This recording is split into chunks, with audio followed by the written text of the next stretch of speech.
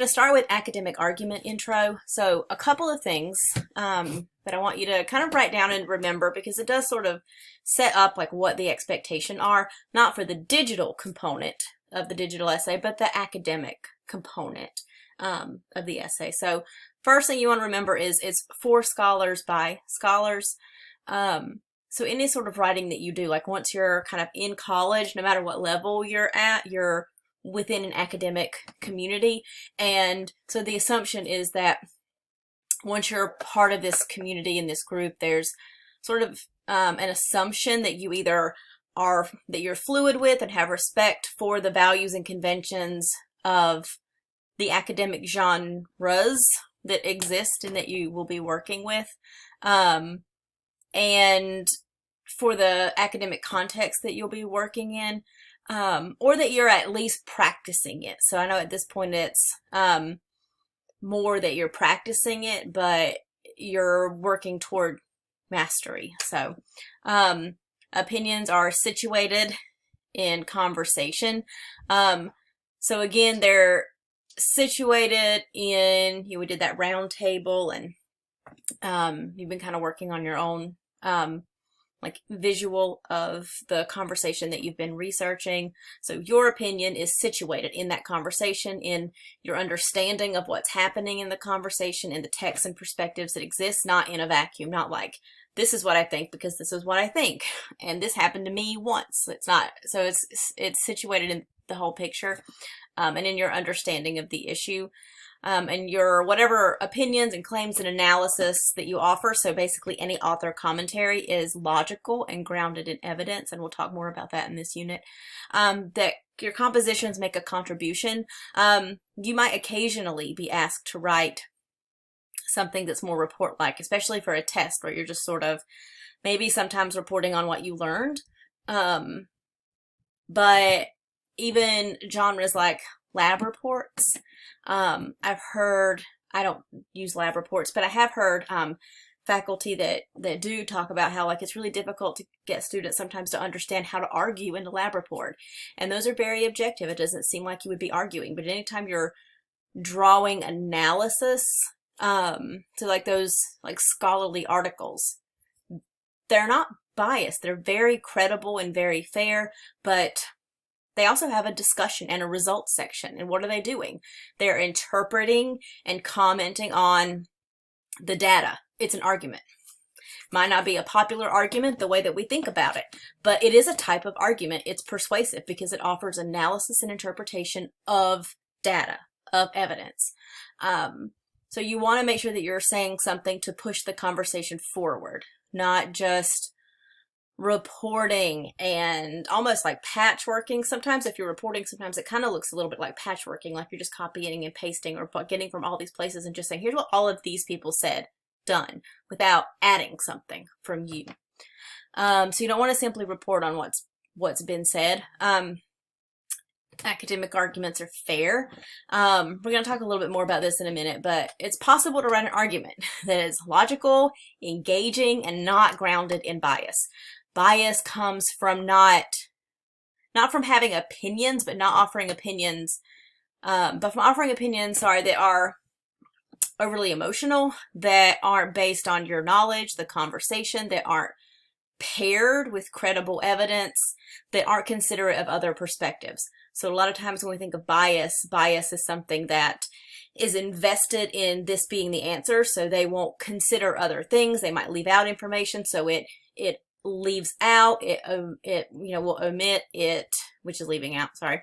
It will sometimes manipulate or tweak, like anything that kind of pulls the reader toward this direction using something other than evidence.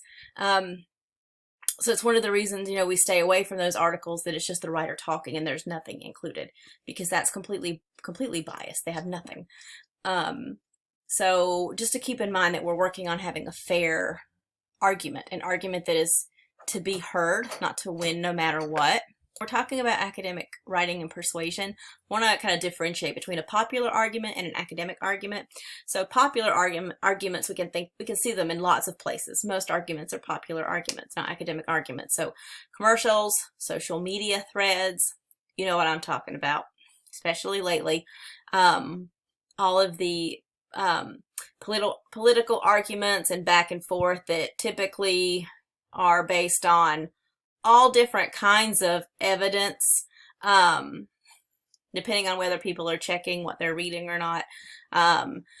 Personal arguments that you have with people, a lot of online articles and stuff, blogs often, because they're from just that person's perspective, their life. They're not based on evidence or anything.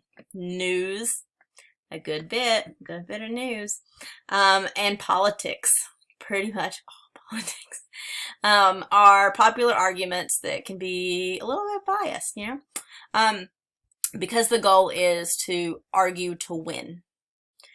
Whereas with an academic argument, the goal is, again, to be heard and understood, to contribute something, to say, well, here's how I see it. Not necessarily to manipulate or twist or get the other person to agree with you, but if they can understand where you're coming from, that's a step forward. That's adding something to the conversation.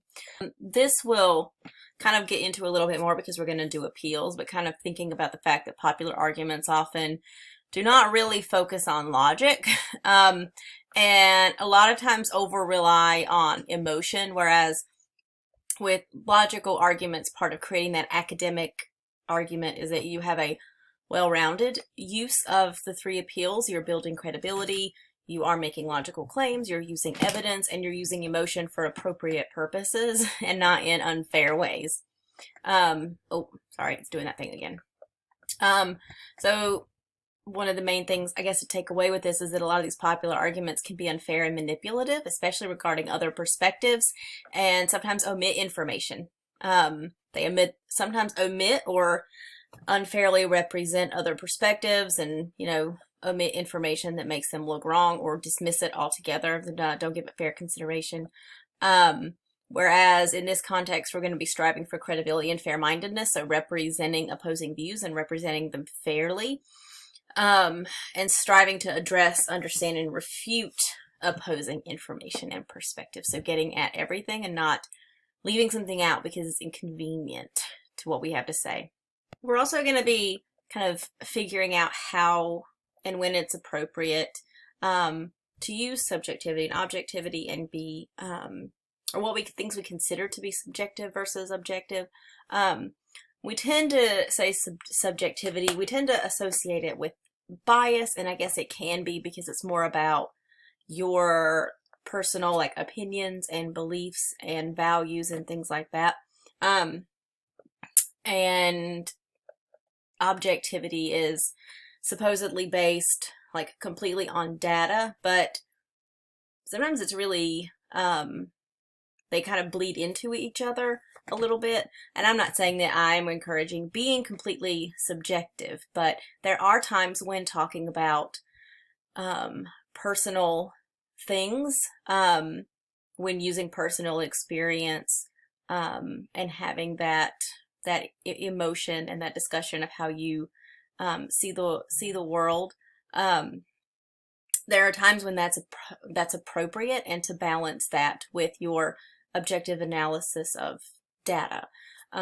So they both can work, and kind of like emotion, we tend to demonize the personal stuff, but in some genres, like in the essay we're about to write, it can be appropriate and it can be encouraged. Again, it's according to the genre that you're working in, the field that you're working in. But if you have an issue that is strictly scientific, you might not have a lot of the subjective material. However, if you have something that's more based on a popular or political or social justice issue, you may have some of those things and be trying to balance those experiences also with your data and your research that you're finding. So the trick is, again, to be able to balance and, like, know when it's appropriate. So a couple of tips for kind of doing this. Avoid overly emotional language. A lot of it is in the trick of the wording. It's not just sharing experience, it's sharing experience in ways that basically, like, just drip with bias. When you're talking about these other people, but it's with insults, or extreme language.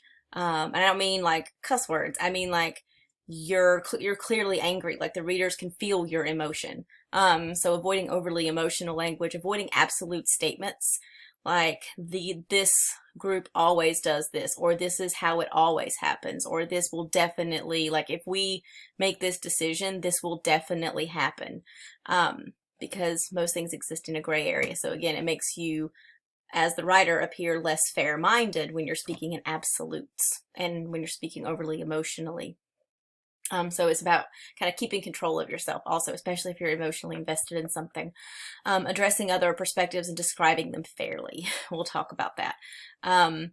Basically kind of thinking about like when you're describing a different perspective, not using that opportunity to make them sound stupid or make them sound wrong, but so that they would read it and kind of their response would be, okay, yeah, that's how I feel.